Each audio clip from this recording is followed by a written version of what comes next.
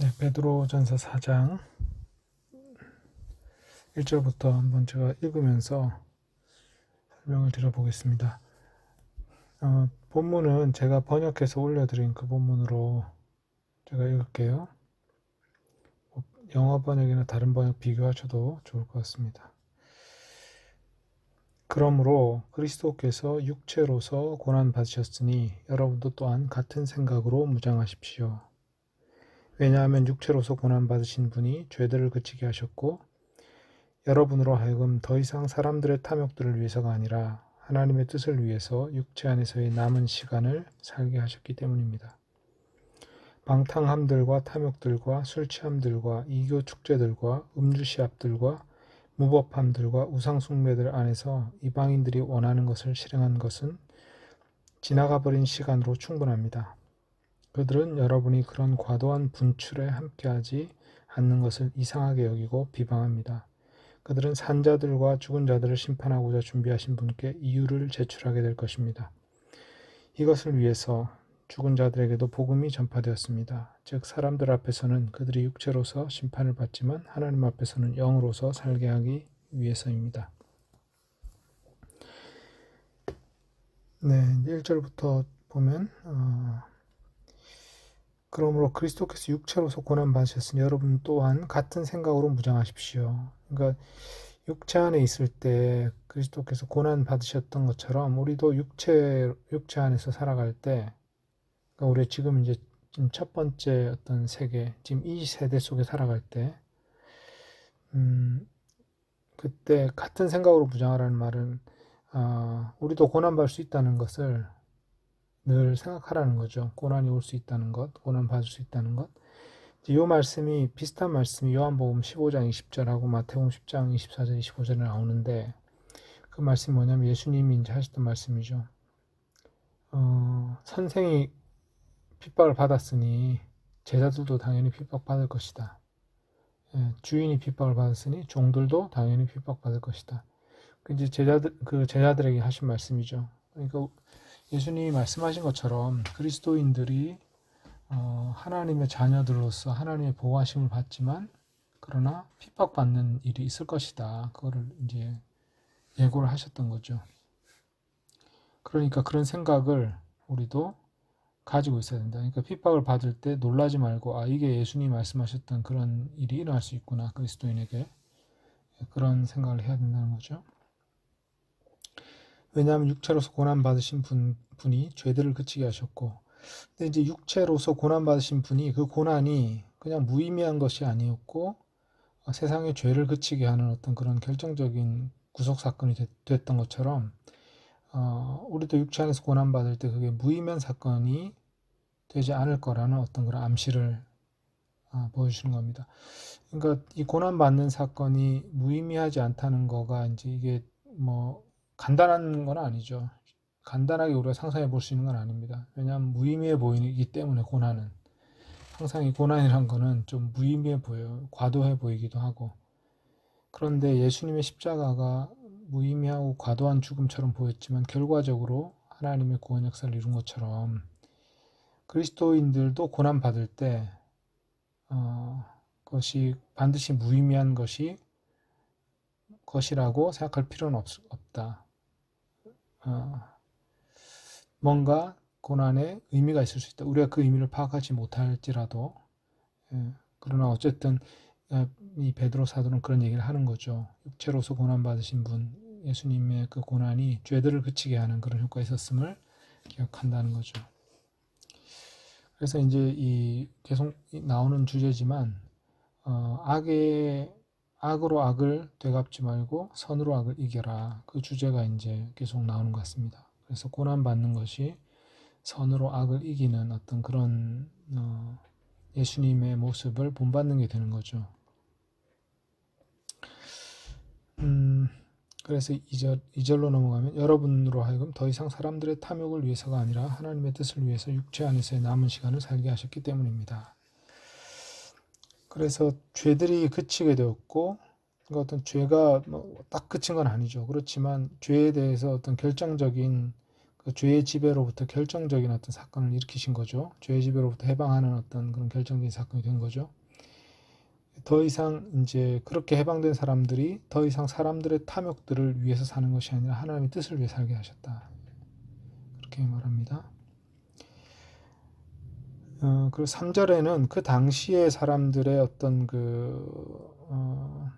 일반적인 육체를 따라 사는 삶, 육체 안에서의 삶을 보여주는 거죠. 그런 모습인데 여러 가지 단어들이 나옵니다. 방탕함은 어떤 제한이 없는 자기 멋대로 하는 어떤 이런 것들을 말하는 거고요. 욕구에 제한이 없이 막 자기 멋대로 하는 거, 방탕함들이고, 탐욕들, 그 다음에 술 취함들, 이교 축제들. 그 이교 축제들이 마을마다 이제 그 도시마다 그 신들의 축제가 아주 자주 있었어요. 그러니까 신이 한둘이 아니었기 때문에 굉장히 그런 축제들이 자주 있었고, 축제들을 할 때마다 어떤 욕구를 마음껏 분출하는 방식으로 어떤 그런 축제가 이루어진 거죠. 음주 시합들, 아마 그런 게 있었던 것 같아요. 술 마시기 대회 뭐 이런 거. 그다음에 무법함들. 무법함은 이제 관습이나 법을 아예 무시하면서 행동하는 거. 그다음에 이제 우상 숭배들. 이런 것들 안에서 이방인들이 원하는 것을 실행한 것은 지나가 버린 시간으로 충분합니다. 그러니까 이제 지금 그리스도인이 됐지만 과거에 이방인들 사이에 살던 사람들이, 이방인들이 특히, 유대인들은 뭐 다 이렇게 하진 않았겠죠. 근데 이제 이방인들 안에 살면서 이렇게 살았는데, 그런 것에 뭐 거리낌 없이 참여하며 살았는데, 그렇게 하는 것은 이제 지나가버린 시간으로 충분하다, 이렇게 말씀하셨습니다. 그들은 여러분이 그런 과도한 분출이란 말은 이제 욕구의 분출을 말하는 것 같아요. 과도한 분출에 함께하지 않는 것은 이상하게 여기고 비방합니다. 그러니까 이제 주변의 이방인들이 그리스도인들을 비방하는 이유가 자기들이 하는 거를 같이 안 한다는 거죠. 그걸로 비방을 한다는 겁니다.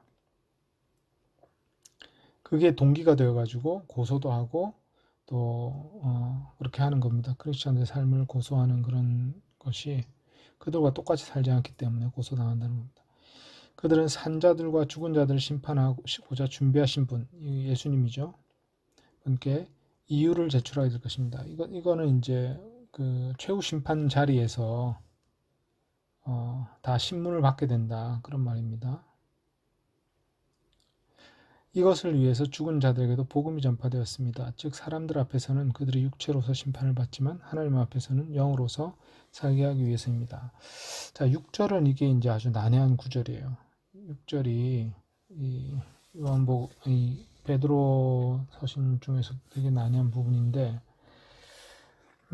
죽은 자들의 복음이 전파되었다고 딱 이렇게 얘기를 하면 우리가 이제 먼저 떠오르는 게 3장 19절이거든요. 그래서 예수님이 십자가에 못 박혀 죽으시고 그 다음날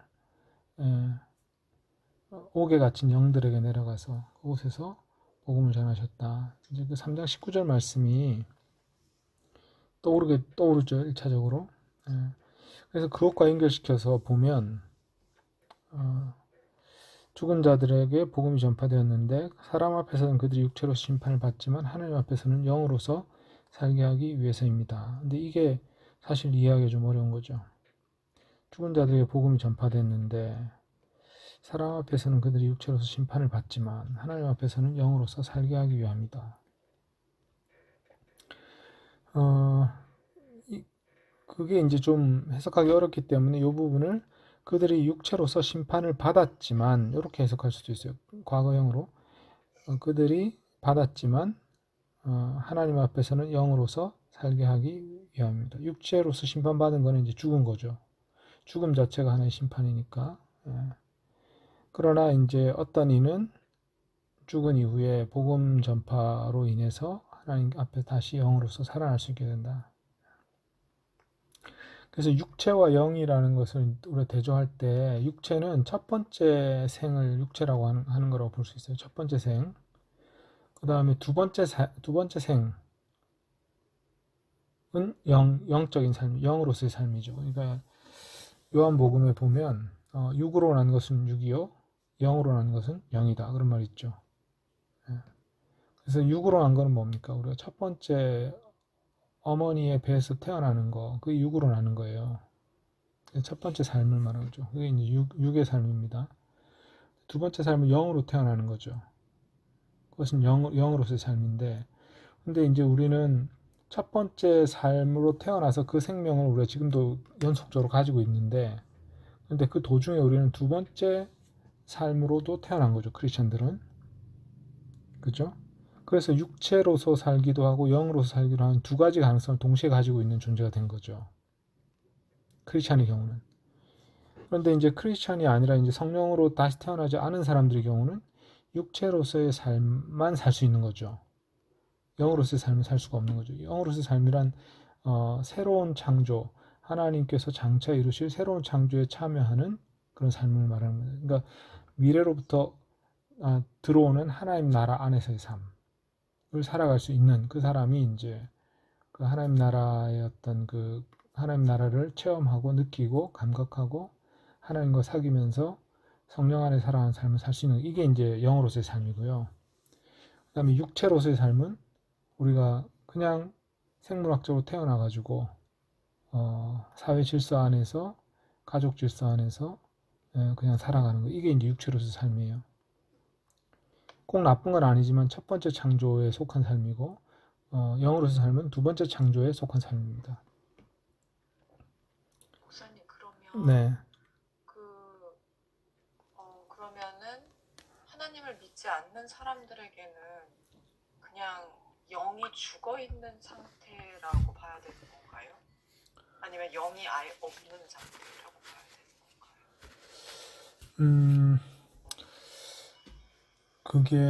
그게 모호한 것 같아요. 그러니까 모호한데 영이 죽어 있다고 보는 게 훨씬 맞겠네요. 아니면 영이 아주 그 기능을 전혀 못하고 있는 상태. 그러니까 영이라는 것이 존재는 하겠지만, 그러니까 어떤 영적인 어떤 기관이라고 생각되면 어떤 기관이 존재하고는 있지만 그 기관이 전혀 기능을 못하는 상태로 잠잠하게 있는 그런 상태. 예. 근데 이제 성령이 들어오시면 이제 그 영이 깨어나겠죠. 깨어나든지 아니면 새롭게 탄생하든지 거듭난다고 하니까 아마 선물로 새롭게 주어지는 것처럼 그렇게 이제 표현이 돼 있기도 한데 하여간에 새로운 어떤 그 움직임이 시작되는 거죠.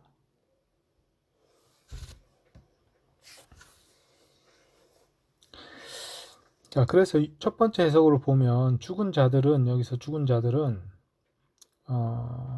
복음을 들을 기회가 없이 죽은 자들을 말하는 게 되죠. 근데 두 번째 해석이 있습니다. 근데 첫 번째 해석이고 두 번째 해석은 뭐냐면 여기서 죽은 자들은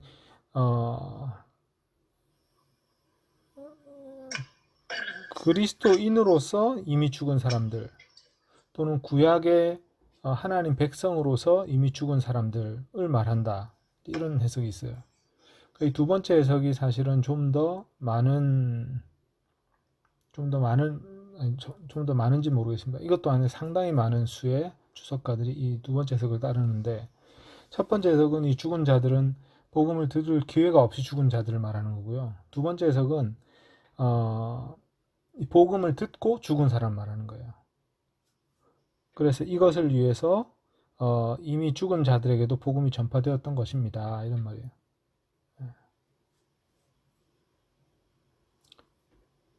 그래서 그렇게 이제 볼 경우는 이 죽은 자들이 복음을 듣고 죽은 그리스도인을 말하거나 아니면 구약에서 이제 그 하나님의 백성들을 말합니다. 그들도 복음을 들었다고 하거든요.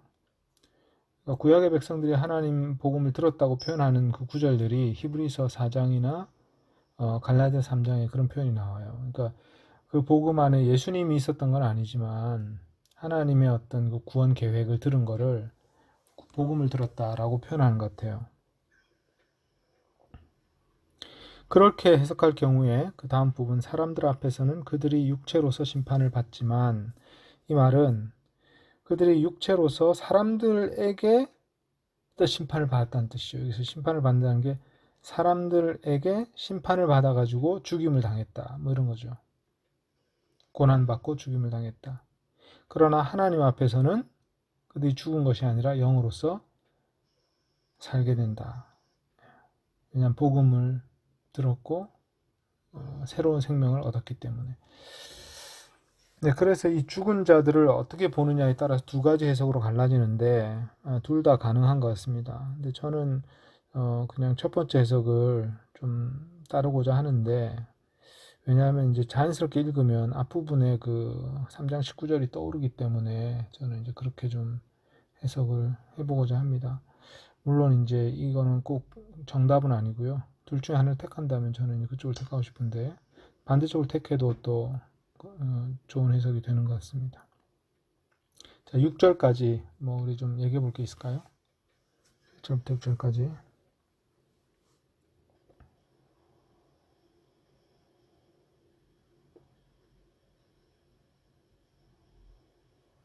그럼 6절에 이 죽은 자들에게 복음 전파된 거는 구약 백성들만 해당돼요? 구약 백성들과 크리스찬들 중에 죽은 사람들. 요즘에는 그럼 적용이 안 되는 건가? 지금 복음 못 듣고 죽은 사람 적용되냐고요? 네. 잊으시지 않고. 그렇게 적용이 안 된다는 거죠. 그러니까 여기서 죽은 자들의 복음, 그러니까 두 번째 해석의 경우에는 그게 아니라는 거죠. 첫 번째 해석은 이제 그런 거를 말해요. 그러니까 복음을 듣지 못하고 죽은 사람들, 노아 홍수 때 죽었던 사람들, 이전에 죽었던 사람들, 그런 사람들을 온다고 하는 게 첫 번째 해석이고, 두 번째 해석은 이제 이게 믿은 사람들 중에 이미 죽은 자들, 그런 겁니다. 그래서 둘 중에 하나를 선택해서 읽으면 되는데, 그게 뭐 복잡하다면 저는 첫 번째 거로 그냥 생각하셔도 되지 않겠나 싶습니다. 첫 번째 게 마음에 안 들면 두 번째 해석을 취하시면 돼요. 3점하고 연결된 거니까 첫 번째로 하는 게 좋지 않을까. 그리고 또 그랬으면 좋겠어요. 예.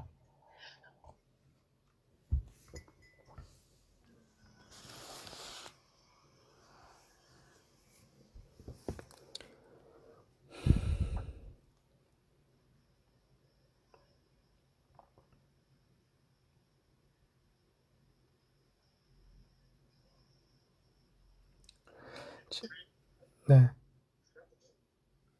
작게 들려요. 계속 안 들리셨나 보다. 네, 지금 괜찮아요. 계속 안 들리셔가지고 계속 얘기를 하고 있었거든요. 그래요? 전혀 안 들렸어요. 그러니까 이게 뭐가 안 됐나 봐요. 네, 네. 네. 그래서 지금 안 돼.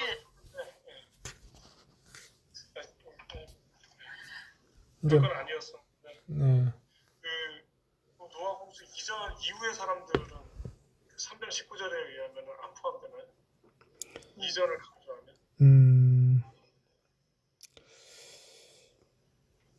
그러니까 나오진 않으니까 성경에 이제 그 사람들 지정하진 않았잖아요. 예, 그래서 우리가 이제 이런 경우에 성경이 말하지 않는 부분이거든요. 성경이 말씀 안 해주는 부분, 그러니까 예수님이나 사도들이 말씀 안 해준 부분이 있어요. 그러니까 우리가 확실히 알 수 없는 부분. 이제 그런 부분은 우리가 이제 잠정적으로 어떤 생각을 해볼 수는 있지만 그게 확고하다고 주장해서는 안 되는 어떤 그런 영역이거든요. 그러니까 여기서 이제 이 사람들이 죽은 자들에게 복음이 전파됐다 했을 때 이게 누구인지 우리가 정확히 모르는데 이거를 너무 한쪽으로 고정을 시켜버리면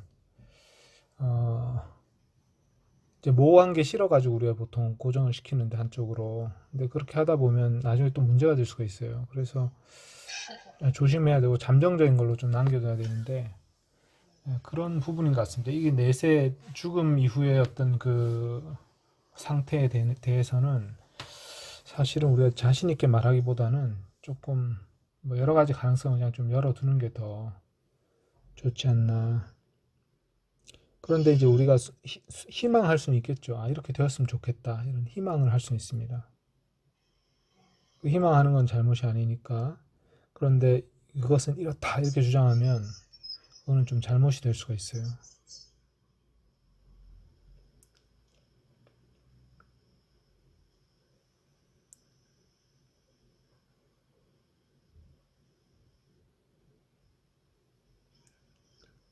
사실 19절, 20절만 없으면은 되게 깔끔한 베드로전서 3장 20절만 없으면 되게 깔끔하고 너무 아름다운 얘기일 것 같은데 죽은 자들을 전체로 확장해서 볼 수 있는 거잖아요. 3장 20절 때문에 줄이기가 어렵다는 거죠. 넓히기가 어렵다는 거죠.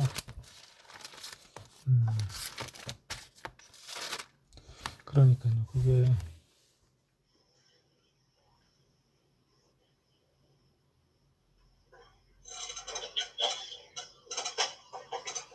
그러네요, 진짜. 3장 20절.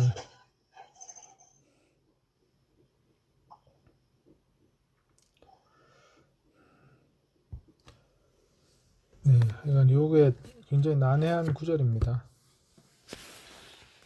나중에 그래서 이 난해 구절이 해결이 안 됐으니 목사님을 일반화시켜서 얘기하면은 그거는 잘못된 이야기일 수 있습니다. 좋은 메시지라도 하지 말아라 그 얘기시잖아요. 그러니까 오픈해 놓자는 거죠. 뭔지 확실히 모른다 우리가. 이럴 수도 있고 이럴 수도 있다. 근데 이제 아닌 것도 있을 수는 있죠. 이제 전혀 아닌 가능성도 있거든요. 근데 그거는 우리가 모르는 게 있고 예수님이 아니라고 말한 게 있고 사도들이 그건 아니다 이렇게 말한 게 있으니까 아니라고 말한 건 우리가 확실히 아니라고 말해야 되지만 이건 좀 모호한 부분이 남아 있는 거죠. 아쉽네요. 그러니까 뭐 우리 아버지 어머니 뭐 할아버지 할머니 내가 사랑하는 사람 참 하나님 못 만나고 죽었는데 기회가 있는 거 아닐까요? 그랬을 때 성경적으로 보면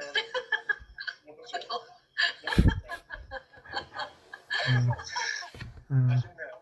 증거는 없지만 하나님이 진짜 성경적으로 들을 수도 있을 것 같긴 합니다. 이런 얘기도 하면 안 되는 거잖아요.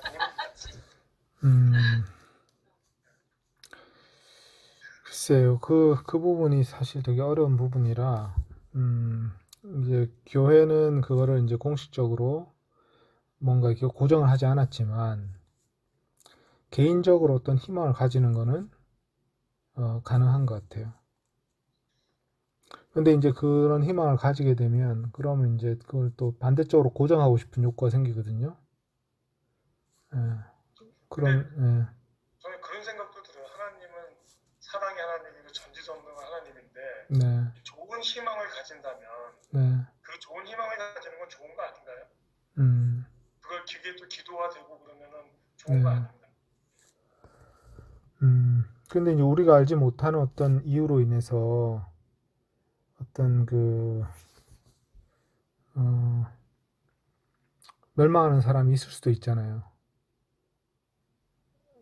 우리가 알지 못한 어떤 필연적인 이유. 그러니까 우리가 상상하기에는 하나님이 모든 사람을 다 구원하시면 좋겠다. 그런 계획이 이루어지면 좋겠다. 근데 또 예수님 말씀 보면 울며 이를 갈리라. 어두운 곳에서 울며 이를 갈리라. 또 영원한 벌을 받으리라. 이런 말씀들이 있으니까 그게 이제 비유적인 표현일 수도 있고 경고의 표현일 수도 있겠다 하는 생각도 해볼 수는 있어요. 근데 그건 이제 우리가 정확히 모르는 거예요. 이게 문자적인 건지 아니면 경고를 하기 위해서 유대인들이 일상적으로 쓰는 그런 화법을 쓰신 것인지. 그래서 이제 근데 그런 후자로 보는 경우도 있어요. 어떤 사람들은. 근데 정통 교리에서는 그런 관점은 별로 없습니다. 그러니까 대부분 이제 이 지옥에 대해서 좀 더 확고하게 말하는 게 교회의 어떤 더 주류 전통이었고, 결국은 그게 다 없어질 것이다. 이렇게 생각하는 사람도 있죠. 근데 그거를 또 없어진다라고 주장하면, 그건 이제 비성경적이 되는 거고, 없어지기를 희망한다 정도까지는 가능하다. 뭐 이런 얘기가 있어요. 거지 부자와 거지 나사로 그 구절을 놓고 생각을 하면 그 부자는 지금 음부에 있는 건데 복음이 전해졌다라고 보기가 힘들잖아요. 그러니까 기회가 주어졌다라고 보기 힘든 거죠. 그 사람은 이제 그냥 거기서 신세한탄하고 자기가 잘못한 거에 대해서 이제 알게 된 거잖아요. 네, 잘못 판단을 보고. 그렇죠. 그러니까 그 논리를 갖다 붙여서 사실 죽으면 별로 기회가 없다가 논리를 만들기는 쉬울 것 같아요. 네, 죽기 전에 받아야 된다는 얘기인데 것 같긴 한데 또 한편으로 보면은 복음을 전파했다고 했지 구원을 줬다라는 건 아니잖아요. 그렇죠. 네, 그러면 또 음부에서 이제 패자부활전 했는데도 난 그래도 노땡크 하는 애들은 있을 수도 있는 거고. 근데 하여튼 뭐 그러네요. 뭐 부자는 좀 그러네요. 부자는 확실히 이제 상황 다 됐는데 기회 마음을 바꾼다고 해서 되는 건 아니었습니다. 네. 이게 하나님이 이제 사후에 무슨 기회를 준다는 생각, 그 생각이 이제 아까 얘기했듯이 3장 19절에 이제 사후에 옥에 있는 영들에게 복음이 전파된 거, 그 다음에 여기 죽은 자들의 복음이 전파된 이 두 가지가 이제 그 사후에 어떤 구원 복음을 듣고 믿을 수 있는 그런 가능성을 언뜻 비춰주는 그런 구절인데 여기에서마저도 사실은 그것을 보고 듣고 믿었다라는 얘기는 없어요. 그래서 이제 하나님이 어떤 방식으로 이 문제를 해결하실지는 우리가 정확히 알 수 없는 거죠. 그래서 살아있는 사람, 그리고 복음을 지금 듣는 사람들이 사실은 책임을 지는 게 되게 중요해요. 자기 선택에 대해 책임을 지는 게 가장 중요한 메시지고, 그 다음에 살아있는 동안에 선택할 수 있는 기회가 없었던 사람에게는 하나님이 공정하시려면 어떤 기회를 줘야 된다. 이게 논리적인 어떤 판단인데, 저는 이제 거기까지는 뭐 판단할 수 있을 것 같지만, 그 다음에 그럼 어떻게 그 사람들이 되느냐, 이 문제는 너무 그냥 추측만 할 뿐이지, 개인적으로 그냥 추측하는 거죠. 그거를 어떤 공식적인 교리처럼 가르칠 수는 없죠.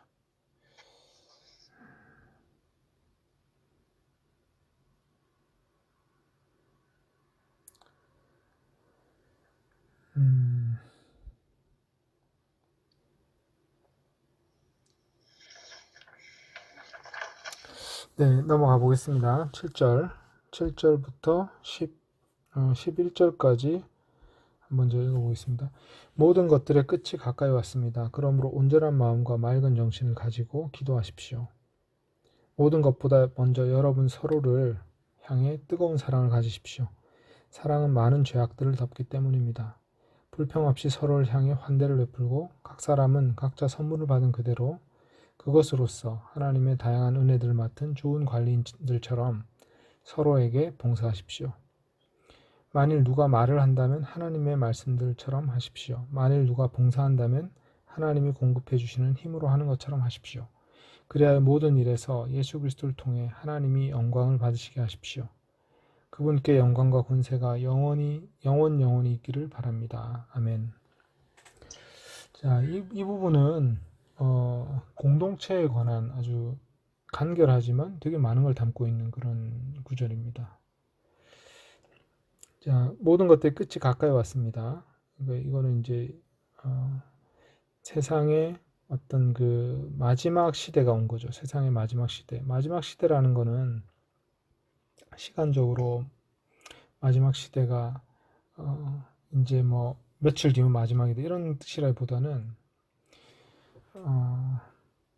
인류의 이제 첫 번째 세계의 역사. 그러니까 첫 번째 세계는 첫 번째 창조 세계. 그다음에 두 번째 창조 세계가 올 거 아니에요. 예수님과 함께 이제 새 하늘과 새 땅. 두 번째 창조 세계가 오는데요. 첫 번째 창조 세계의 끝인데 왜 이걸 끝이라고 하냐면 그 끝날까지 중요한 사건이 더 일어날 게 없다는 거예요. 가장 결정적인 사건은 예수님이 십자가에 못 박히시고 죽으셨다가 부활하신 이 사건이고요. 그 다음에 교회가 복음을 전파하는 사건이고, 그 다음에 사람들이 믿고 회개하는 사건이잖아요. 그것 외에 더 결정적인 사건이 없다는 거예요. 그러니까 끝날이 마지막 시대가 된 거죠. 그 사이에 무슨 그 흐름을 바꿔놓을 만한 어떤 사건이 없기 때문에 본질적으로 이제는 마지막 시대에 들어와 있다. 이런 의미로 이해할 수 있습니다. 그래서 이제 끝이 가까이 왔다. 이 말은 이제는 더 이상 중요한 사건이 일어나지 않는다. 중요한 사건이 다 일어났고 이제 이미 시작됐기 때문에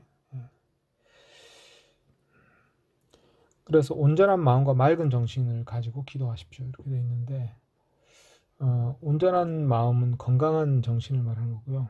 그다음에 맑은 정신은 몽롱하지 않은 상태를 말합니다.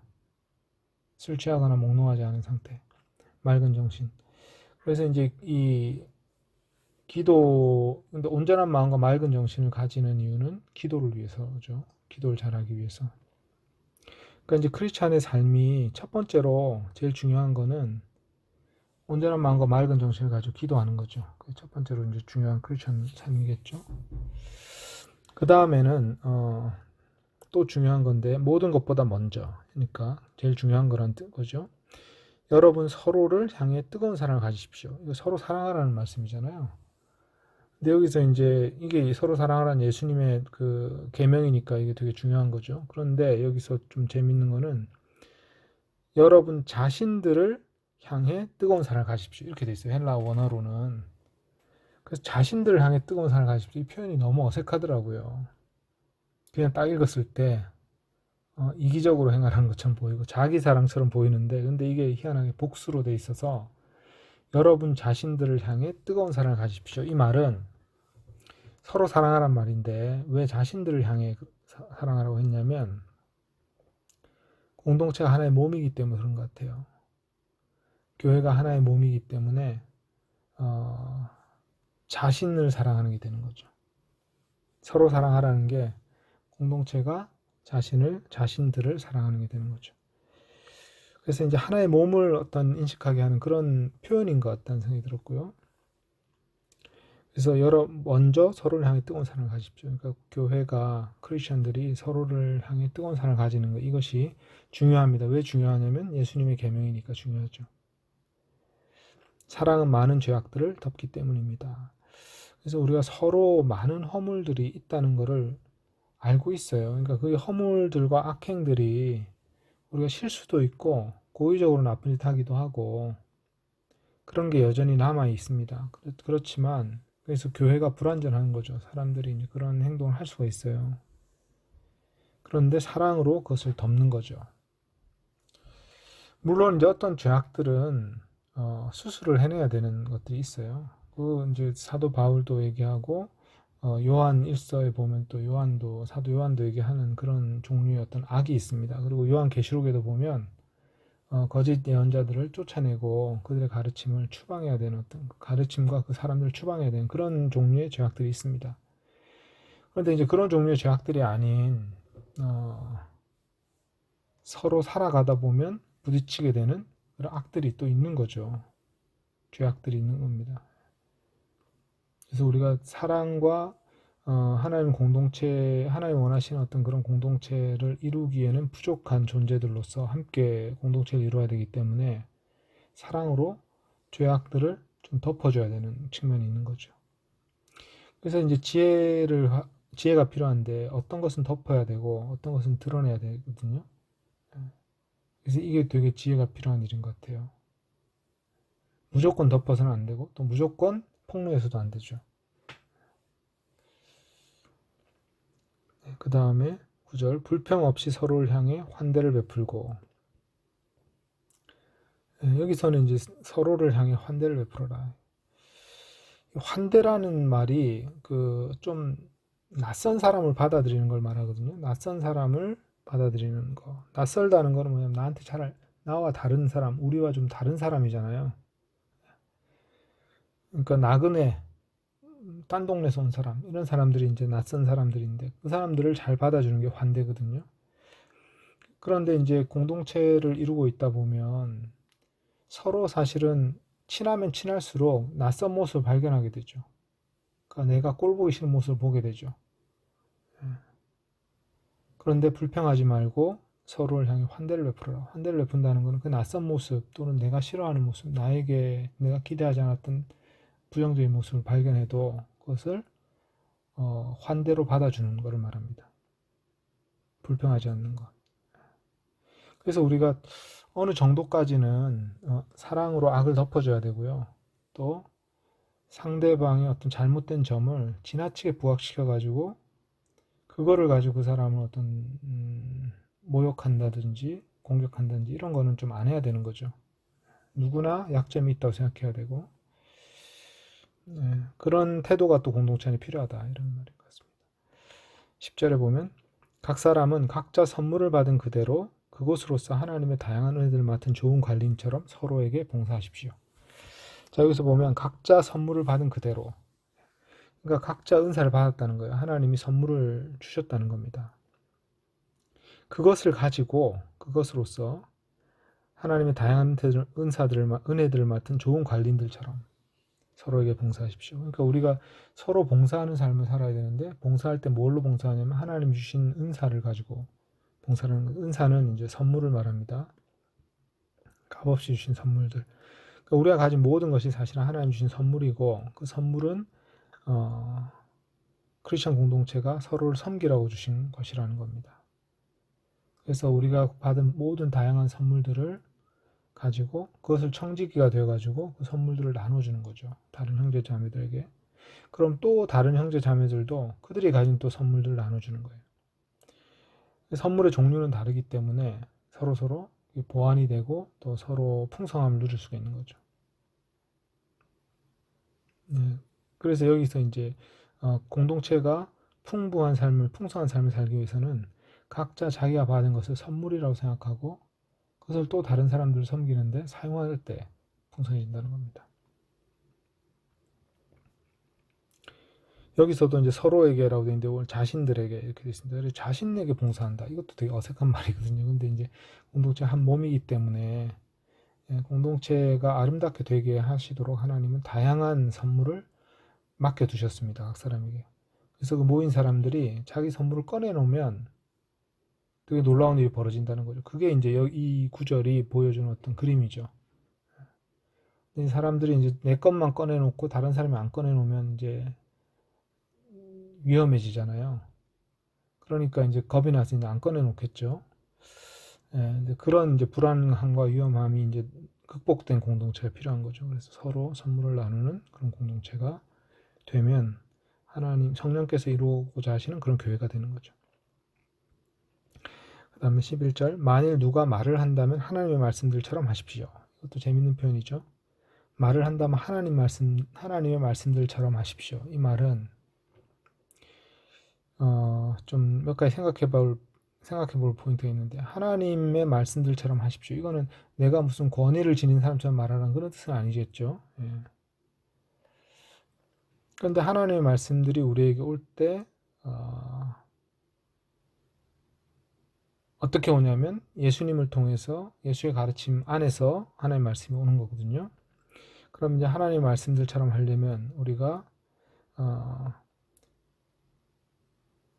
예수님이 말씀하시는 것처럼 또 그 내용을 가지고 이렇게 말을 해야 되겠죠. 그리고 자기의 스스로의 권위로 말하는 게 아니라 진리의 권위에 의존해서 말하겠죠. 뭐 그런 여러 가지 의미가 좀 들어있는 것 같습니다. 내용적으로도 하나님의 말씀처럼 말해야 되고 방법에 있어서도 온유와 진실함으로 해야 되고, 우리가 하나님의 말씀을 전할 때 자기의 어떤 그 성품이나 성격을 실어가지고 전할 필요는 없잖아요. 그죠? 그런 것처럼 하나님의 어떤 사랑과 온유를 표현하는 그런 방식으로 말을 해야 되겠다. 이런 거죠. 그래서 누가 말을 한다면 하나님의 말씀처럼 하십시오. 그 말을 할 때 그 입술을 성령님 기뻐하시는 방식으로 사용해야 되겠죠. 그런 것을 좀 우리가 묵상해 볼 수 있을 것 같습니다. 그리고 또 만일 누가 봉사한다면 하나님이 공급해 주시는 힘으로 하는 것처럼 하십시오. 자, 이것도 재밌는 표현인데, 봉사를 한다면 자기 힘으로 하는 것처럼 하지 말고 하나님이 공급해 주시는 힘으로 하는 것처럼 하라. 그러니까 이렇게 한다면 하나님이 공급해 주시는 힘으로 하는 것처럼 한다면 자기 자랑을 하지 않겠죠. 이건 내가 해주는 일이야 이렇게 생각하지 않는 거죠. 하나님 공급해 주시는 힘으로 하니까. 또 한 가지는 우리가 피곤하고 힘들 때, 봉사하다 피곤하고 힘들 수 있는데 다른 사람에게 그 피곤한 티를 안 내겠죠. 왜냐하면 내 힘으로 하는 게 아니라 하나님 주신 힘으로 하는 거니까 하나님께 구하는 거죠. 피곤한 티를 낸다는 거는 물론 뭐 때로는 피곤한 거를 우리가 뭐 감출 수 없죠. 근데 그런 문제가 아니라 자기 힘으로 하는 것처럼 하지 않는다는 겁니다. 그래서 내가 너한테 은혜를 베풀고 있다 이렇게 생각하지 않는다는 거죠. 그렇게 보이려고 하지 않는다는 거죠. 자기를 드러내지 않는다는 겁니다. 그래서 하나님이 공급해 주시는 힘으로 한다는 것은 나에게 하나님이 이런 걸 주셨기 때문에 내가 이걸로 봉사를 하는 거다. 그런 태도를 보이는 겁니다. 그리고 실제로 그러하거든요. 실제로 하나님이 주신 힘으로 하는 겁니다. 만약에 우리가 힘이 다 떨어진다면 쉬면 되죠. 그리고 하나님이 새로운 힘을 주실 때까지 기다리면 됩니다. 그런데 내가 내 어떤 성질대로 하다가 지쳤으니 너희들은 나한테 잘못한 것이다. 이런 태도로 하면 안 된다는 겁니다. 그래서 어쨌든 우리가 선물 받은 사람처럼 은혜를 공급받은 사람처럼 그 은혜롭게 일하는 법을 배워야 되는 거죠. 봉사하는 법을 배워야 됩니다. 이것도 지혜가 필요하겠죠. 그죠? 기도가 필요하고 하나님이 공급해 주셔야만 우리가 일할 수 있으니까 그래야 모든 일에서 예수 그리스도를 통해 하나님이 영광을 받으시게 하십시오. 그분께 영광과 권세가 영원히 있기를 바랍니다. 자, 그래서 이제 그렇게 하는 이유는 우리가 예수님을 통해서 거듭난 사람들이기 때문에 우리가 하는 모든 일이 하나님이 영광 받으시는 그런 일로 되기를 바라면서 우리가 하기 때문에 자기를 드러내지 않는다 이런 거죠. 여기 짧은 구절인데 굉장히 많은 게 들어 있습니다. 그래서 공동체의 어떤 그 정신, 또 공동체가 어떤 관계를 맺어야 되는지, 어떻게 봉사해야 되는지 뭐 이런 것들이 다 들어 있는 것 같습니다. 혹시 뭐 이 부분에서 우리가 좀 더 생각해 볼 거 있으면 한번 얘기해 보죠. 저는 여기서 뜨겁게라는 말이 잘 정확히 무슨 뜻일까 잘 좀 이해가 안 되는데요. 네네. 이게 번역이 조금 이제 원어를 한번 좀 제가 조금 설명을 드리면 간절히 붙잡으려고 하는 어떤 그런 동작을 말하거든요. 그러니까 뜨겁다는 게 그냥 온도가 뜨겁다라기보다는 마음에 간절함을 가진 어떤 그런 걸 말합니다. 일단은 그런 뜻이에요. 예.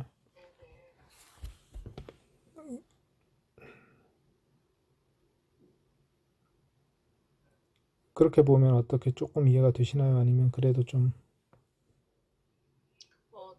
예, 조금 더 나은 것 같습니다. 네, 손을 뻗어서 뭔가 붙잡고자 하는 그런 마음, 예. 그런 것으로 그래서 간절한 사랑을 가지십시오. 이렇게 번역할 수도 있겠네요. 그 간절하다는 거는 제가 그 사람을 향해서 간절함을 품는 건지, 푸는 건지 아니면 음, 저 사람에게 하나님의 은혜가 임하기를 간절히 바라는 마음인 건지. 그러니까 저는 약간 그게 제 안에서는 조금 다르거든요. 그러니까 어떤 형제 자매를 사실은 많이 좋아하지 않을 수 있잖아요. 그렇죠. 예. 사실은 많이 심지어는 진짜 조금 싫어할 수도 있는데 저 인간이 좀 하나님 만나가지고 좀 잘 돼가지고 좀 그런 수준의 어떤 간절함은 있을 수 있을 것 같은데 사실 제가 좀 못돼서 그런지 몰라도 제가 좋아하는 사람보다 안 좋아하는 사람이 더 많거든요. 그래서 이게 너무 어려운. 이게 이제 그 아가페라는 게 필리아는 아니라고 했잖아요. 그러니까 이게 좋아하는 건 아니라고 했어요. 아가페는 좋아하는 거라기보다는 자비를 베푸는 거에 더 가깝다는 거죠. 그래서 자비와 은혜를 베푸는 거. 그러니까 반드시 좋아할 필요는 없어요. 근데 왜 여기서 이제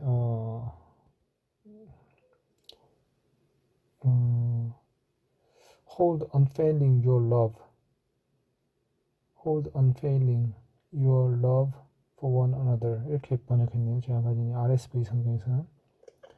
그러니까 너의 사랑이 unfailing하게 하라, 간절하게 하라. 그러니까 사랑이 unfailing하게 하라.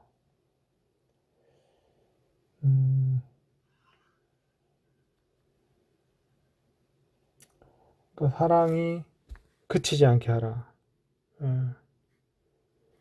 또는 사랑이 끝나지 않게 하라. 뭐 이런 이제 걸로 번역을 했네요. 이 번역도 좋은 번역인 것 같은데,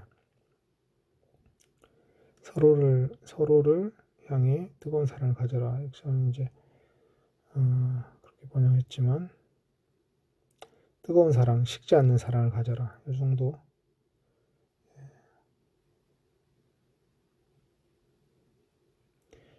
사랑. 지금 어느 버전이라고 그러셨죠? 지금 RSV라는 성경인데, RSV. ESV를 보고 있어. ESV는 뭐죠? 어떻게 돼 있죠? 잠시만요. 이게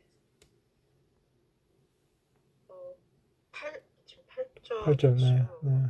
8절은 Keep loving one another earnestly. 어떤 진심을 가지고.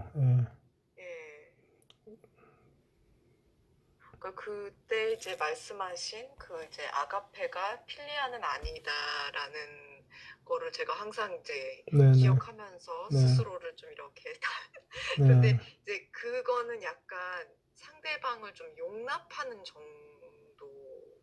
정도로도 그냥 제가 사랑을 베푼 것 같이 좀 느껴지는데 여기서는 그것보다는 좀 더 적극적으로 이 사람을 사랑해야 할 것 같은.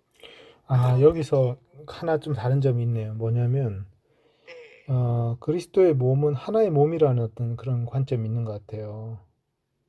그러니까 우리가 몸의 어떤 부분을 예를 들어서 좋아하지 않을 수가 있잖아요. 그렇지만 그게 우리 몸의 한 부분이기 때문에 소중히 여기지 않을 수는 없는 거죠. 그런 게 있는 것 같아요. 예를 들어서 우리 눈이 예를 들어서 못생겼다. 자기 눈을 싫어할 수 있는데 그렇다고 눈 하나를 뽑을 수는 없잖아요. 그런 거. 그래서 눈을 보호하고 소중히 여길 수밖에 없는 어떤 그런 측면이 있거든요. 그러니까 이제 교회 안에 어떤 이상한 사람이 있을 수 있는데 그 사람을 그렇다고 해서 파내가지고 이렇게 빼낼 수는 없다. 왜냐하면 하나님이 몸으로 이렇게 허락해주기 때문에 감싸줘야 되고 보호해줘야 되고 뭐 이런 측면이 있는 거죠. 그래서 아까 얘기한 그것과 조금 다른 점은 우리가 개인 대 개인의 어떤 그런 사랑을 베푸는 차원과 조금 다른 측면이 있는 거죠. 근데 이제 저는 이제 자꾸 이렇게 하면 이제 하나님이 공급해 주신 힘으로 하는 것처럼 하고 이렇게 하면 이렇게만 생각하면 실패를 했던 것 같아요. 제가 이제 관계가 찐했다가 옅어진 사람들을 보면 계속 했는데 이게 일방적이 되거나 당연한 듯이 여기거나 막 이렇게 되면은 자연스럽게 멀어지게 되더라고요. 그러면 이게 그럼 내가 실패를 했나 생각해 보면 그러니까 그럴 수도 있고요. 하나님이 공급해 주신 힘으로 한 것처럼 안 하고 내 힘으로 하려고 했었나 봐요. 처음에는 안 그랬다가 변질됐을 수도 있고 아니면 이게 서로 해야 되는데 한쪽이 힘들어서 포기를 했다던가 이렇게 되면 또 어떻게 되는 건가 막 이런 생각이 들었어요. 말씀을 보면서. 그래서 이게 현실에서 두 사람이 서로 봉사를 하면 굉장히 좋은 결과가 나오겠지만 많은 경우에 이제 한 사람은 봉사를 하고 한 사람은 받기만 하는 그런 관계가 될 수가 있어요. 그럼 그게 이제 어느 순간에는 그게 균형이 깨지면서 더 이상 유지가 안 되는 그런 순간이 오는 거죠. 근데 그 현실에선 그런 일이 많이 벌어질 수 있기 때문에 어느 정도 우리가 그 상황에서 무엇이 최선인지를 또 생각해야 되는 거죠. 왜냐하면 그 사람에게는 우리가 사랑을 어디까지 베풀 수 있는가. 왜냐하면 이제 또 다른 사람의 또 해야 돼, 책임을 져야 되거든요. 우리의 책임에 어떤 그 현실적인 바운다리가 있으니까. 이 한 말씀으로 다 해결되는 게 아니네요. 그렇죠. 그러니까 분별력이 필요한 거죠. 그러니까 성령님과 대화하면서 이게 안에 큰 어떤 원칙이라 그림이라면 그걸 적용할 때는 또 성령님과 대화하면서 우리의 속 사정을 하나님께 아뢰고 지혜를 구하고 이런 과정이 반드시 필요하겠죠. 근데 이제 이 말씀을 읽다 보면, 자꾸 읽다 보면 우리의 관점이 바뀌어가지고 조금 창의적인 해결책이 나올 수도 있어요. 어떤 현실적인 문제에 대해서도 어떤 해결책이 나올 수 있는 거죠. 이 말씀을 잘 묵상하다 보면. 이러한 수준의 그 사랑을 주고받는 노력을 하는 거는 어쨌든 지금 이제 한 몸이라는 관점에서 봤을 때 믿는 교회 공동체 안에 있는 사람들끼리 그런 거죠. 네네, 그렇죠. 예, 예.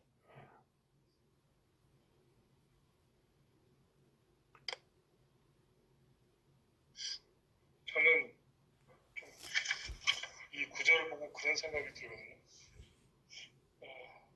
뜨거운 사랑을 가지십시오. 그리고 이제 사랑은 많은 제약들을 덮기 때문입니다. 이게 이제 같이 연결되는 맞아요. 있잖아요. 네. 그러니까 이제 자꾸 사랑을 하나님이 좋아하시는 거고, 그래서 우리가 해야 되는 걸로 생각을 하다 보니까 좀 이제 되게 인간적인 생각으로 전개가 하나님이 하나님에서 하긴 하는데 난 누구는 좋고 누구는 싫은데 나는 이렇게 온전하게 못하겠는데 라는 생각이 드는데, 사랑이 목적이라기보다는 뭔가 이거를 하려고 마음을 먹으면, 그게 이제 마음을 먹으면 사랑은 제 마음에서 제가 의사결정하는 게 아니라 사랑이라는 것 자체가 또 하나의 뭐 성령님하고 이렇게 돼 있는 홀리한 힘이잖아요. 네. 그게 이제 굴러가기 시작을 하면서 그게 막 해결을 하는 그런 게 아닌가 싶다라고 생각을 들더라고요. 네. 사랑이 많은 죄악들을 덮기 때문에 덮어버리기 때문에 결국은 네가 처음에 불편한 게 있고 이렇게 뭐지만 네가 어쨌든 굴리기만 하면 사랑을 출발만 시키면 그게 출발시키는 게 사랑의 100이라고 놓고 보면 10 정도 되는 일인데 90은 이제 사랑이 해내는 일인 거죠. 제가 해내는 게 아니라. 네, 그 중요한 포인트인 것 같아요. 왜냐하면 이 많은 죄악들이 나의 죄악일 수도 있어요. 내일은 내일이 알아서 하듯이. 네. 여기서 사랑이 많은 죄악들 덮는다가 남의 죄악을 덮어주는 게 아니라 나의 죄악을 덮을 수도 있는 거죠. 네. 그러니까 사랑의 힘이, 하나님이 주시는 사랑의 힘이 나의 허물들을 다 덮고 사랑할 수 있게 해주는 어떤 그런 일이 벌어질 수도 있는 거죠. 전에 저는 스위치만 켰을 뿐인데 불이 방 안을 다 채우잖아요. 그렇죠. 제가 불을 다 지핀 건 아닌데 네. 그런 약간 생각이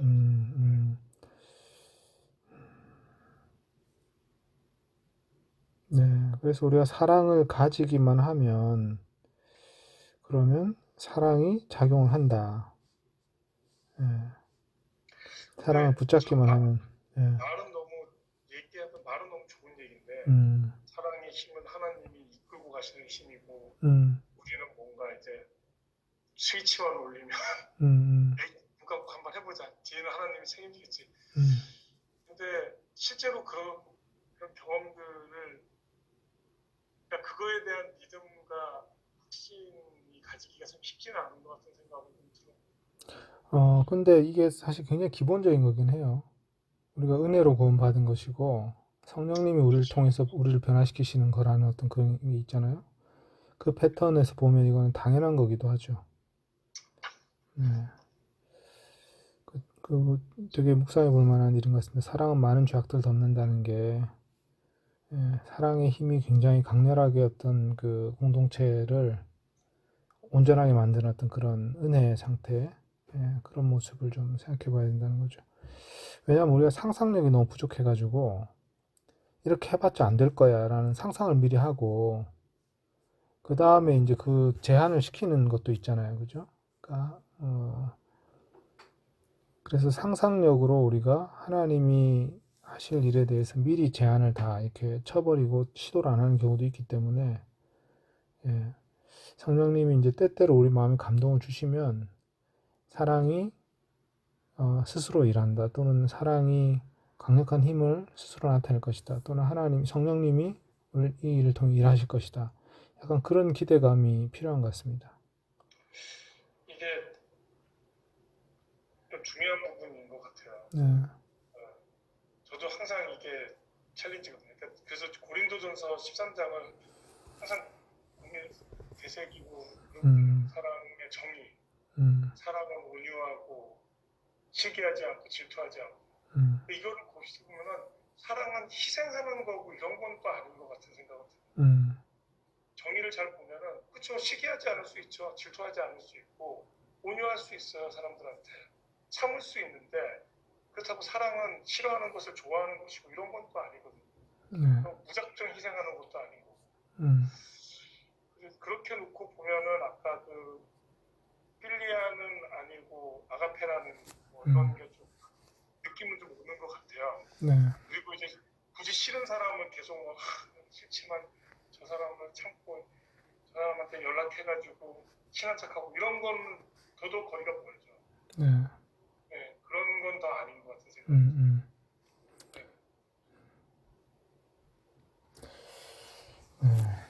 내가 그 조금 못마땅한 사람은 또 딴 사람이 사랑해주겠죠. 한 몸이 또 기분이 좀 그러죠. 내가 억지로 안 맞는데 만날 필요 없고 그 사람은 저는 그렇게 그냥 그 사람은 기도를 해줘요. 밥을 먹자. 스트레스 받으지. 네, 성령님의 인도하심을 받는 게 중요한 것 같습니다. 성령님의 음성을 들으면서 우리가 때로는 이제 싫은 사람도 만나야 되는데 그건 우리가 뭐 그냥 내킨다고 만나지는 건 아니니까 성령님 인도하심 받아야 되겠네요.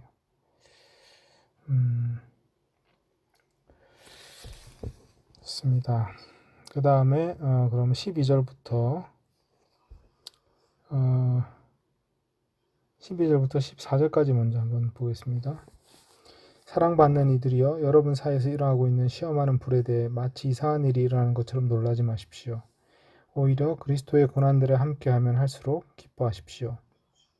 그분의 영광이 계시될 때에는 여러분도 뛸 듯이 즐거워하며 기뻐하게 될 것입니다.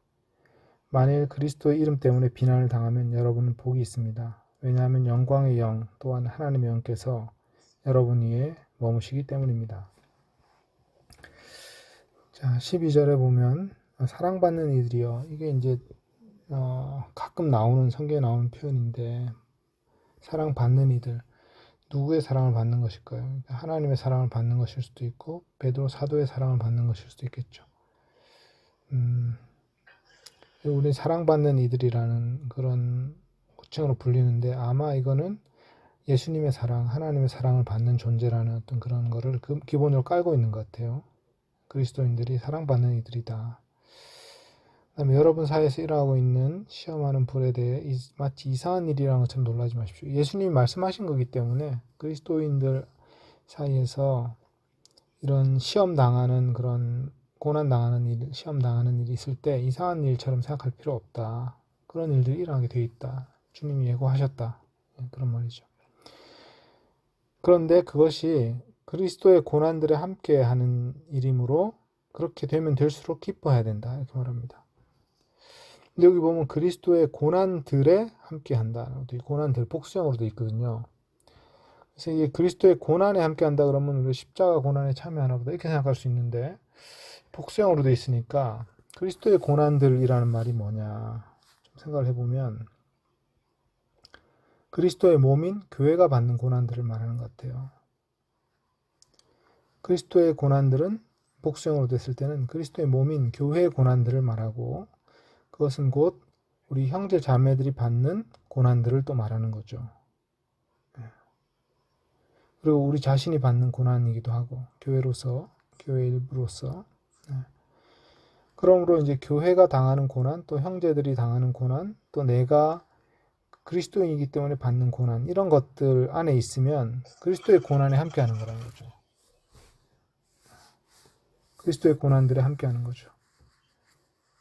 그러면 당연히 상을 받겠죠. 그분이 영광이 계시될 때, 그러니까 영광이 계시된다는 말은 예수님 다시 오실 때 말합니다. 재림하실 때 여러분들도 뛸 듯이 즐거워하며 기뻐해야 될 것입니다. 우리가 고난받은 것에 대해서 하나님이 큰 상을 주실 것이기 때문에 그리스도의 고난에 참여한 것에 대해서 그리스도의 고난에 참여한다는 것은 교회가 받는 고난, 형제 자매들이 받는 고난에 참여하는 걸 말합니다. 또 내가 신자로서 받는 고난을 당하는 거, 그것도 그리스도 고난에 참여하는 거죠. 만일 그리스도의 이름 때문에 비난을 당하면 여러분 복이 있습니다. 이게 이제 팔복 말씀이죠. 팔복 말씀이 그대로 나온 거죠. 여러분 복이 있도다. 핍박받는 자들이 그 말씀입니다. 그리스도의 이름 때문에 비난을 당하면 여러분은 복이 있습니다. 왜냐하면 근데 그 이유가 여기서는 다르게 나옵니다. 영광의 영 또한 하나님의 영께서 여러분 위에 머무시기 때문입니다. 팔복에는 이제 요런 표현 안 나오는데 여기는 성령이 여러분 위에 머무시기 때문이다. 우리가 이제 고난받거나 핍박받을 때 성령님의 임재를 더 강렬하게 느낄 수 있다. 또는 성령님이 그것을 지키고 계시고 보호하고 계시고 또 성령님 우리에게 가까이 어떤 은혜를 베풀어 주시기 때문이다. 이런 거죠. 여러분 중 거기까지 이제 한번 보겠습니다. 특별히 어려운 표현은 없는데 아까 그리스도의 고난들고 복수형으로 된 거는 좀 저는 중요한 표현이라고 생각이 들었어요. 혹시 뭐 말씀 나누실 거 있으면 좀 나누죠.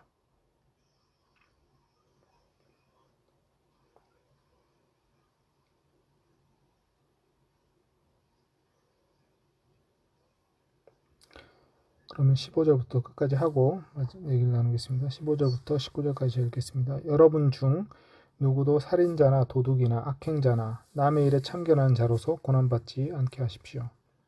그러나 그리스도인으로서 고난받는다면 스스로 수치로 생각하지 말고 이 이름으로 하나님을 찬양하게 하십시오. 왜냐하면 하나님의 집에서부터 심판이 시작될 때가 되었기 때문입니다.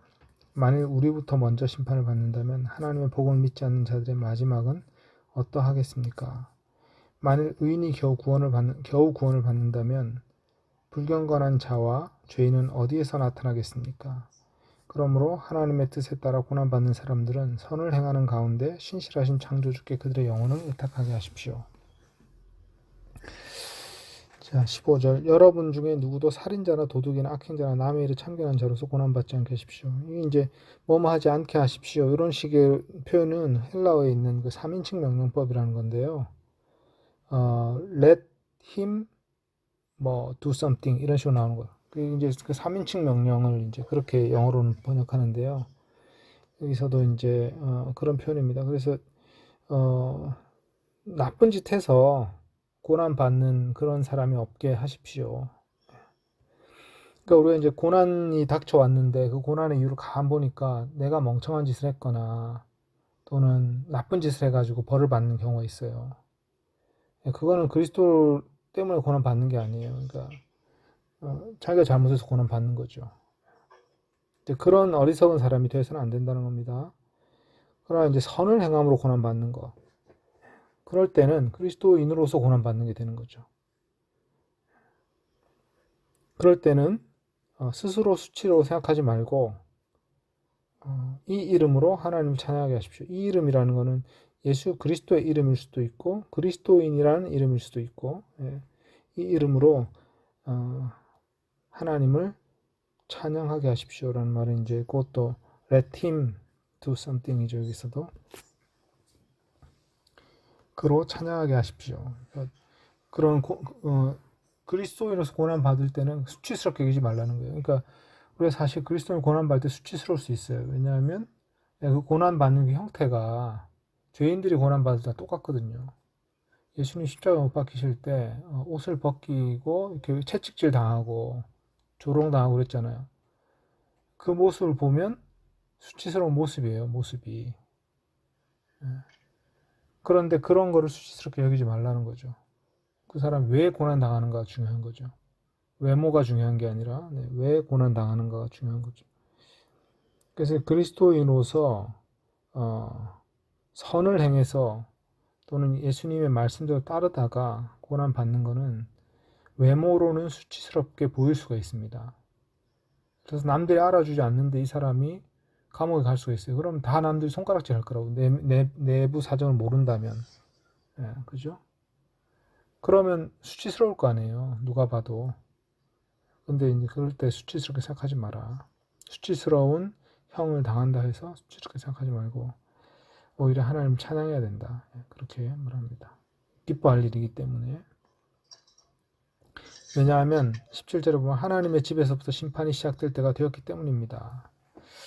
이 17절 말씀도 좀 어려운 말인데, 왜냐하면 그 앞부분이랑 연결돼야 되는데, 그렇죠? 자, 조금 이제 설명을 좀 해보겠습니다. 자, 하나님의 집에서부터 심판이 시작된다는 건 무슨 말이냐면 에스겔서 9장에 나오는 말인데요. 하나님이 예수님이 재림하셔가지고 심판하실 때 심판을 순서를 어떻게 하시냐면 하나님의 집에서부터 심판하신다는 거예요. 그게 에스겔서 9장에도 하나님이 이스라엘 백성이 오셔가지고 심판을 하는데 그 심판이 출발되는 곳이 어디냐면 성전인 거죠. 성전에서부터 심판을 해가지고 그 다음에 예루살렘을 심판하고 그 다음에 이스라엘 백성을 심판하고 그 다음에 이방 민족들 심판하신 이런 순서로 간다는 거죠. 하나님 심판의 순서가. 그것처럼 지금 이제 심판이 일어난다면 하나님의 집에서부터 심판이, 교회에서부터 심판이 일어난다는 거죠. 하나님의 백성부터 심판이 일어납니다. 그렇게 될 것입니다. 그거는 이제 이 어떤 제시된 팩트죠. 그렇게 시작될 건데, 그런데 그 심판이 어떻게 오냐면 우리부터 먼저 심판을 받는다 이렇게 돼 있잖아요. 하나님의 복을 믿지 않는 자들의 마지막은 어떠하겠습니까? 만일 우리부터 먼저 심판을 받는다면 하나님의 복을 믿지 않는 자들의 마지막은 어떠하겠습니까? 이렇게 돼 있는데 보세요. 우리가 심판받는 거는 뭐냐면요. 마지막 때의 어떤 이 핍박 같은 것들이 일종의 테스트가 되는 거죠. 그 사람이 참된 믿음을 가졌느냐 안 가졌느냐를 보여주는 어떤 일종의 테스트 사건이 돼요. 그래서 고난이나 핍박이 그들의 믿음을 시험해가지고 그것을 통과한 사람들은 더 큰 상을 받게 하고, 또 가짜 믿음을 가진 사람들은 거기서 페일하게 만드는 거예요. 통과 못하게 만드는 거죠. 그런 효과가 있다는 겁니다. 그래서 우리부터 먼저 심판을 받는다는 말은 지금 오는 고난이, 그리스도인으로서 당하는 어떤 고난이 일종의 심판을 위한 테스트가 된다는 거죠.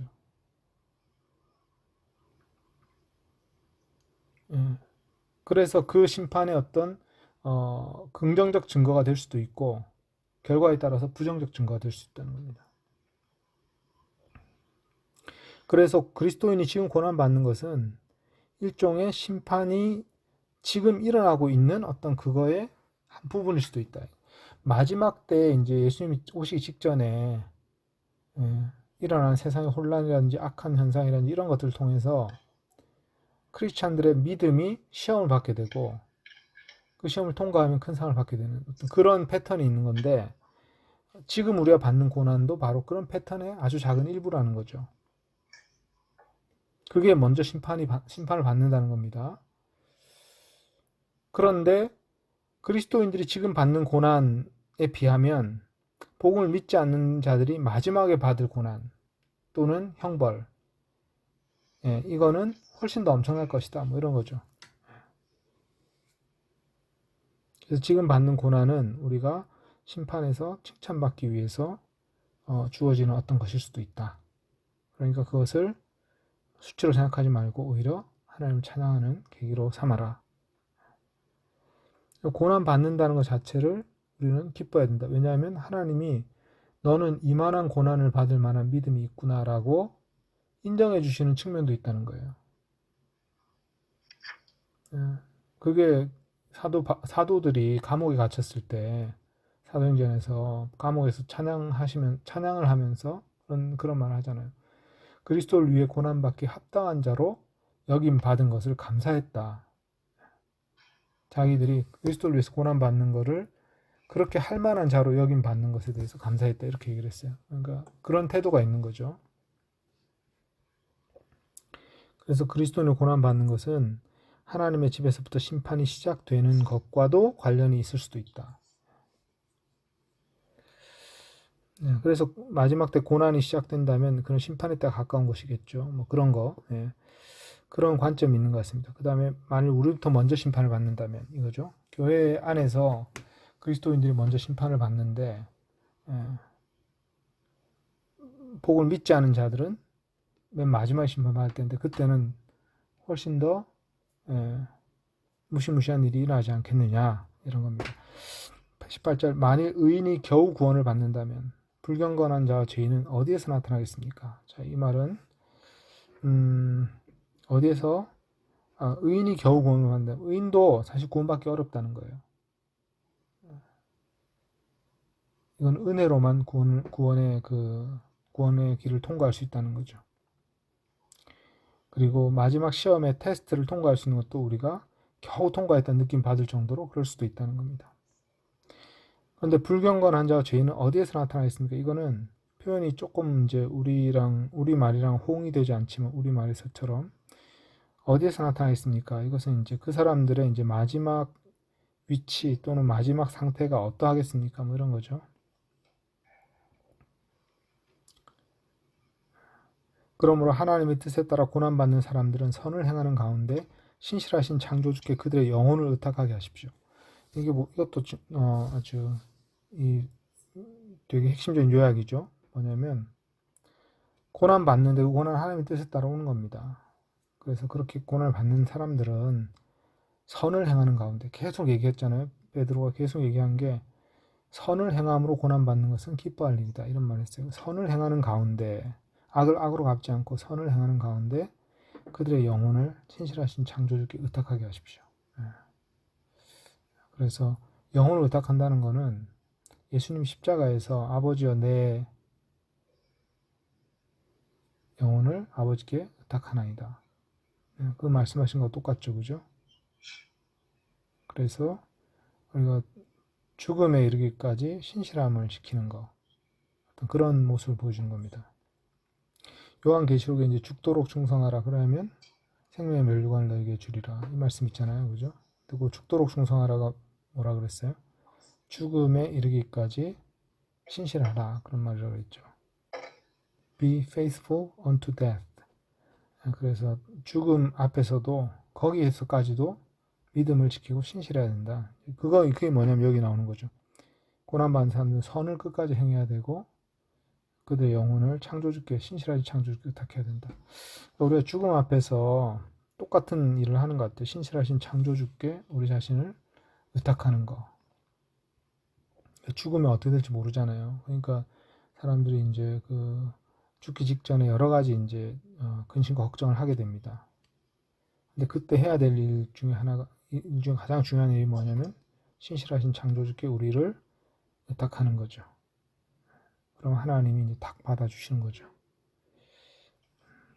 네, 뭐 그런 이제 그걸 하라는 겁니다. 자, 여기 그러면 이제 이 부분 또 뭐 제가 설명은 했는데 또 혹시 이야기 나눌 만한 부분 있으면 말씀해 주세요.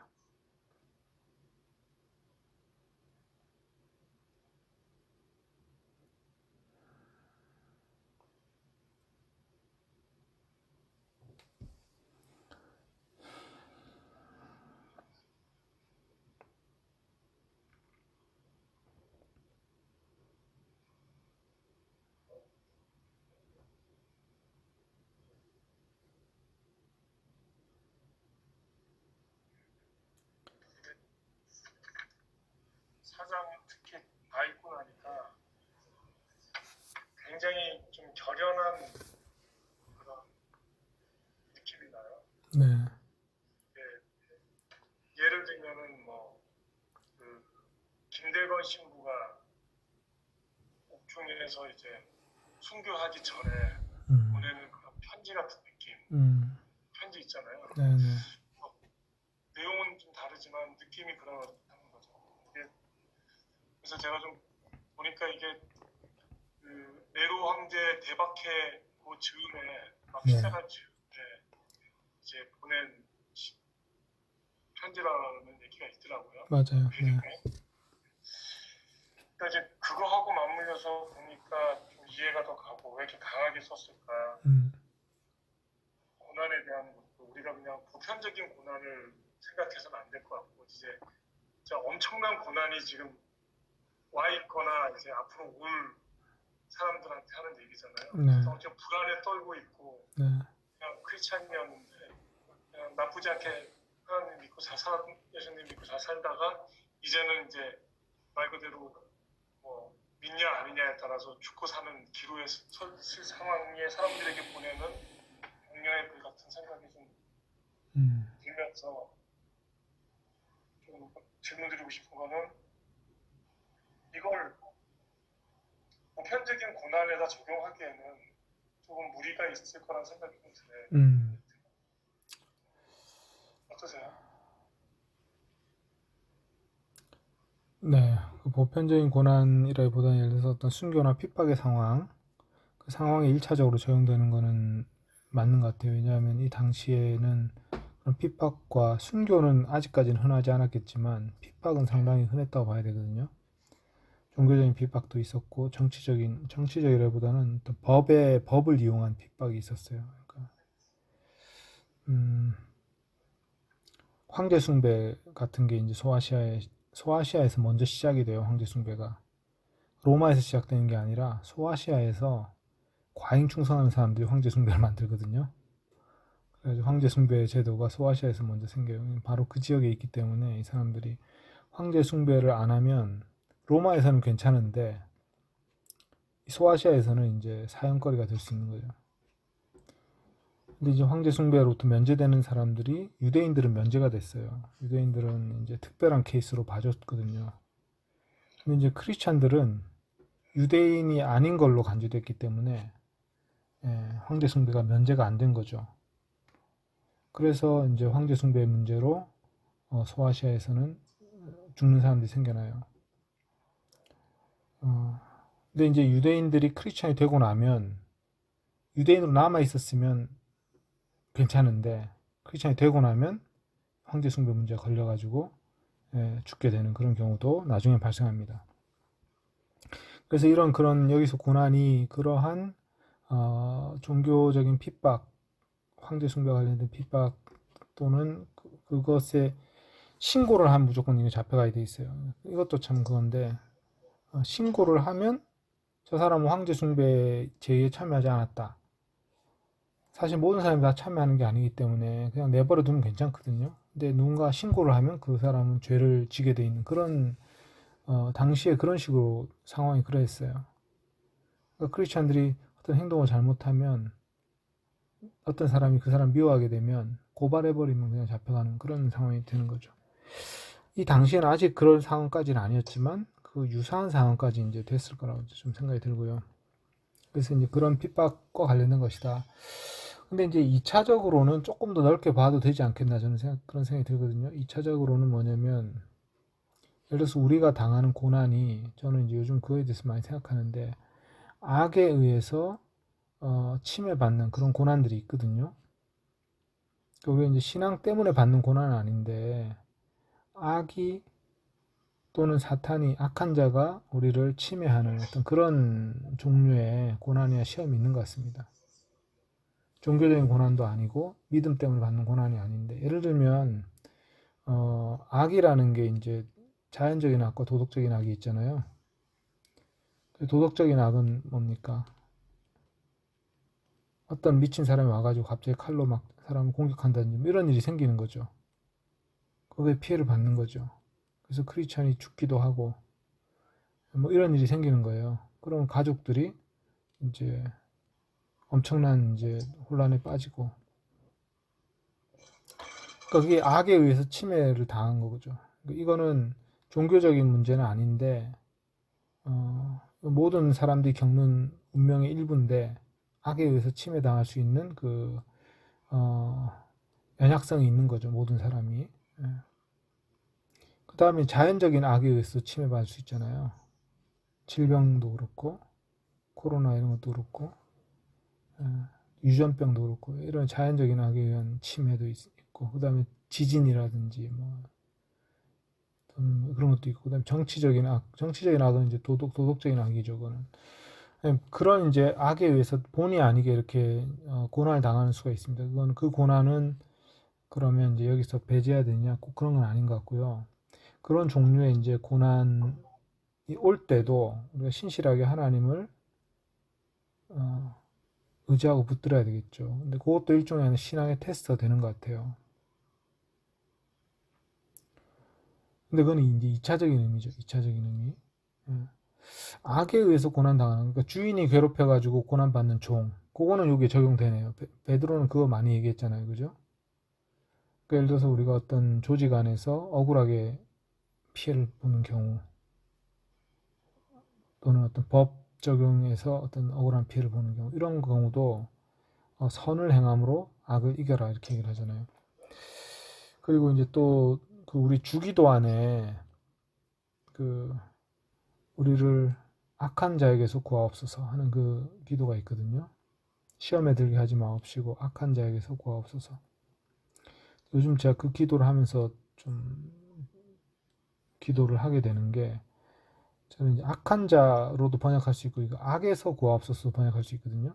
그러니까 이제 주로 이제 악에서 구하옵소서라고 이제 많이 번역을 했었어요. 근데 요즘은 이제 신학자들이 다 악한 자에게서 구하옵소서, 그러니까 사탄에게서 구하옵소서, 이렇게 이제 많이 번역을 해요. 근데 둘 다 가능한 번역인데, 둘 다 우리 기도에서 다 필요하다는 생각이 들더라고요. 그러니까 악에서 구하옵소서는 우리에게 그런 악한 일이 벌어지지 않도록 간구하는 거죠. 시험에 들지 않고 악한 일을 당하지 않도록 기도하는 게 될 수도 있고요. 또 악한 자로부터 구하옵소서. 사탄의 어떤 그 악마적인 어떤 세력. 사탄은 어떻게 나타나냐면요, 직접 나타나지 않아요. 그러니까 힘 있는 권력자나 어떤 다른 사람이 사탄의 그 조종을 받아가지고 악을 행하는 거거든요. 그래서 결국은 이제 그 사탄의 대리인 같은 역할을 하는 거예요. 악인들이. 그렇게 해서 사람들에게 악을 끼치는 거죠. 그런 의미에서 이제 우리가 악한 자로부터, 사탄으로부터 보호하소서. 그러니까 하나님의 뜻이면 우리가 고난을 받을 수가 있습니다. 하나님의 뜻이면. 그러나 우리가 하나님의 뜻이 아닌 다른 고난을 받지 않도록 겸손하게 그런 기도를 드리는 거죠. 왜냐하면 우리는 연약하기 때문에 그런 기도를 계속 드려야 돼요. 시험에 들지 않게 하시고 악한 자에게서 구하옵소서, 악에서 구하옵소서.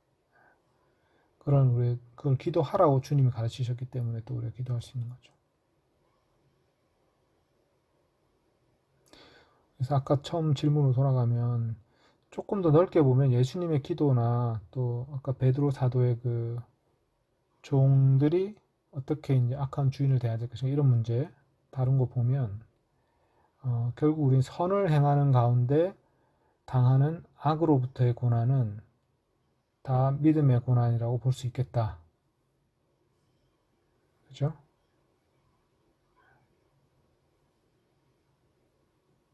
선으로 악을 이기는 게 하나님 뜻이고, 그렇기 때문에 이제 세상 속에 살아가면서 악한 자들에 대해서 선을 행함으로써 내가 뭔가 대응하는 거, 이거는 다 믿음의 고난인 거죠. 이렇게 볼 수 있겠네요. 지금 베드로의 흐름을 보면, 베드로전서의 흐름을 보면.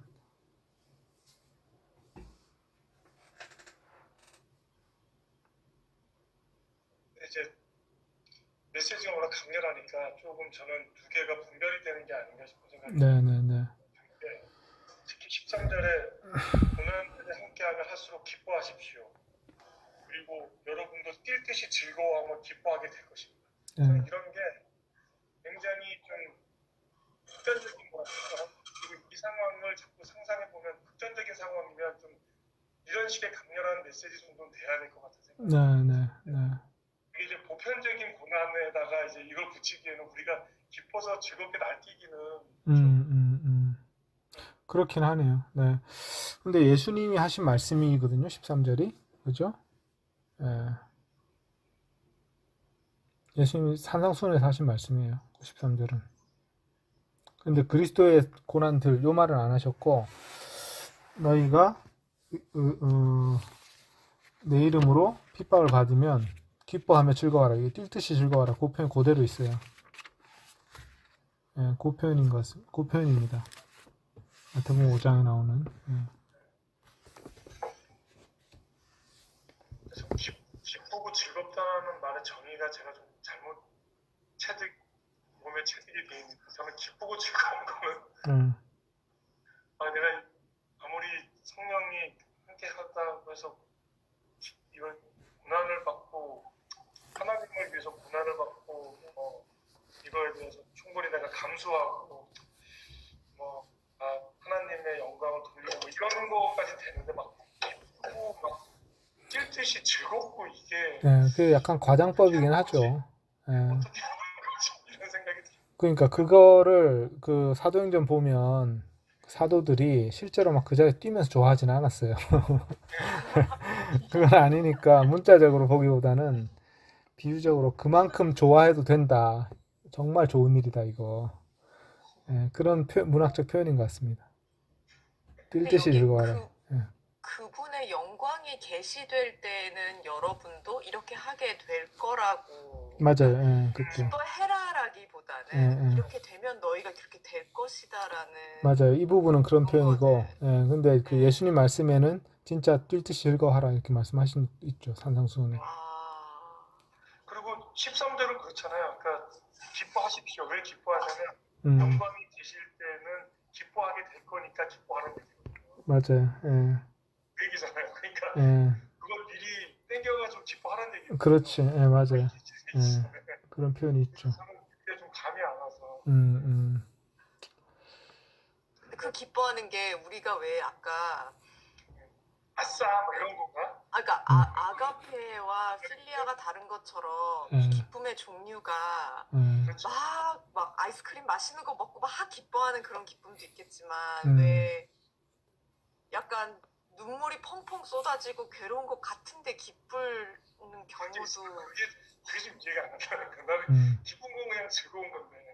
아니 근데 저는 약간 그런 거 있지 않아요? 그러니까 감격? 그러니까 감격 같은 거. 예를 들면 저희 친정 아버지가 돌아가셨을 때 그 사건, 그냥 죽음이라는 사건만으로 놓고 보면 되게 고통스러웠지만 그 아버지가 그렇게까지 되는 과정에서 가족들이 경험한 하나님의 은혜나 이제 그리고 편안한 곳으로 가시게 됐다라는 그런 거를 함께 생각할 때는 또 거기 안에 슬픔도 있지만 그 안에 기쁨도 같이 있는 것 같은 그런 경우가 있지 않을까요? 네. 그러네요.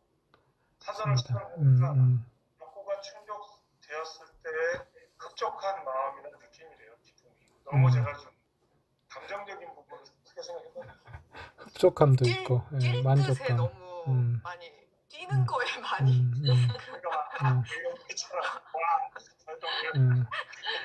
근데 실제로 헬라어 표현은 그 뛸 듯이 즐거워한다 이런 표현이에요.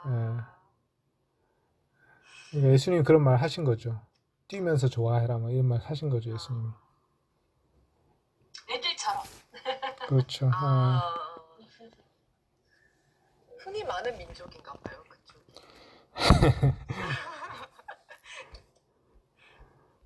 우리 흥이라면 한국 사람들도 뭐 많잖아요.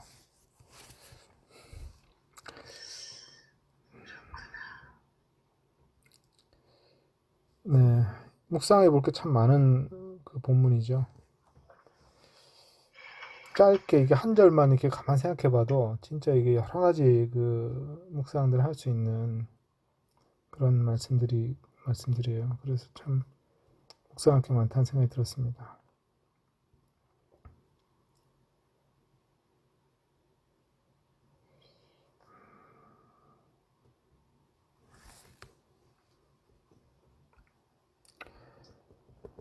자, 그러면 뭐 이 정도로 마무리하면 될 것 같은데 일주일 동안 이렇게 부분 나눠서 하루씩 이렇게 묵상하시면 좋을 것 같고요. 그리고 뭐 좋은 말씀 있으면 계속 그것만 묵상해도 되겠죠. 그래서 이 말씀들을 좀 묵상하고 또 다음 주에 좋은 나눔을 하면 좋을 것 같습니다.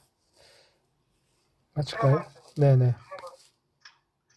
제가 아까 중간에 놓쳤나 싶은데 7절에 온전한 마음과 맑은 정신. 네. 맑은 정신은 맑은 정신은 알겠는데요. 흐리멍텅한 정신이 아니고 맑은 정신으로 해야 될 것 같아요. 온전한 마음이 너무 포괄적. 네, 건강한 생각을 말하는 거군요. 건강한 생각. 네, 그러니까 홀한 어떤 그 홀섬 한 생각. 마음이라고 하면 이제 우리가 어떤 감정을 표현한 것 같은데 보통 이게 생각도 그 헬라 쪽에서는 생각이 더 중요한 것 같더라고요. 감정보다는. 그래서 여기서는 온전한 생각을 가지십시오. 맑은 정신을 가지십시오. 기도하기 위해. 이렇게 돼 있어요. 원래 원문은 온전한 생각을 가지시고 맑은 정신, 깨어있는 정신이죠. 맑은 정신을 가지십시오. 기도를 위해. 이렇게 돼 있습니다. 이게 무슨 뭐 제가 말꼬리 잡는 건 아니고요. 네. 온전한 하나님이 온전한 것처럼 너희도 온전하라는 말이 있잖아요. 구절에. 아, 그건 아니에요. 그래서 예. 그 온전은 아닌 거예요. 그건 아니고 예선이 건강한 그쪽에 가까운 거예요. 건강한 생각이 좀 건강해야 된다는 거죠. 예. 그런 정도로 생각할게요. 그냥 온전함이 너무 궁극적인 거면 온전하지 않은데 기도할 때 온전한 마음으로 하면 그러네. 이거 좀 바꾸면 좋겠다. 예. 온전함을 갈구해야 될 것 같은데 온전함 속담이 기도하다 보니까 그러네요. 진짜 온전한 마음이라는 게 너무 큰 목표가 돼버리면 안 되는 거죠. 건강한 생각과 맑은 정신 이 정도로 하는 게 좋을 것 같습니다. 번역을. 건강한 생각을 품으십시오. 정신을 맑게 가지십시오. 기도를 위해. 이 정도로 돼 있어요. 표현이. 감사합니다. 네, 지적을 잘 해주셨네요. 네, 그럼 제가 기도하고 마치겠습니다. 하나님 아버지, 베드로 사도를 통해서 예수 그리스도의 복음이 어떻게 그 당시 그리스도의 삶 속에 나타나야 되는지를 저희가 들었습니다. 아버지 하나님, 저희가 한 줄 한 줄 묵상할 때마다 그 복음의 풍부함을 깨달을 수 있게 하시고 또 이 말씀을 통해서 베드로 사도가 전하고자 했던 그 말을 저희가 귀 기울여 듣고 느낄 수 있는 그런 은혜를 허락하여 주십시오. 제가 한 주간 동안 묵상할 때 이 말씀을 통해서 성령님과 잘 동행할 수 있도록 저희 삶을 지켜주시옵소서. 주 예수 그리스도의 이름으로 기도합니다.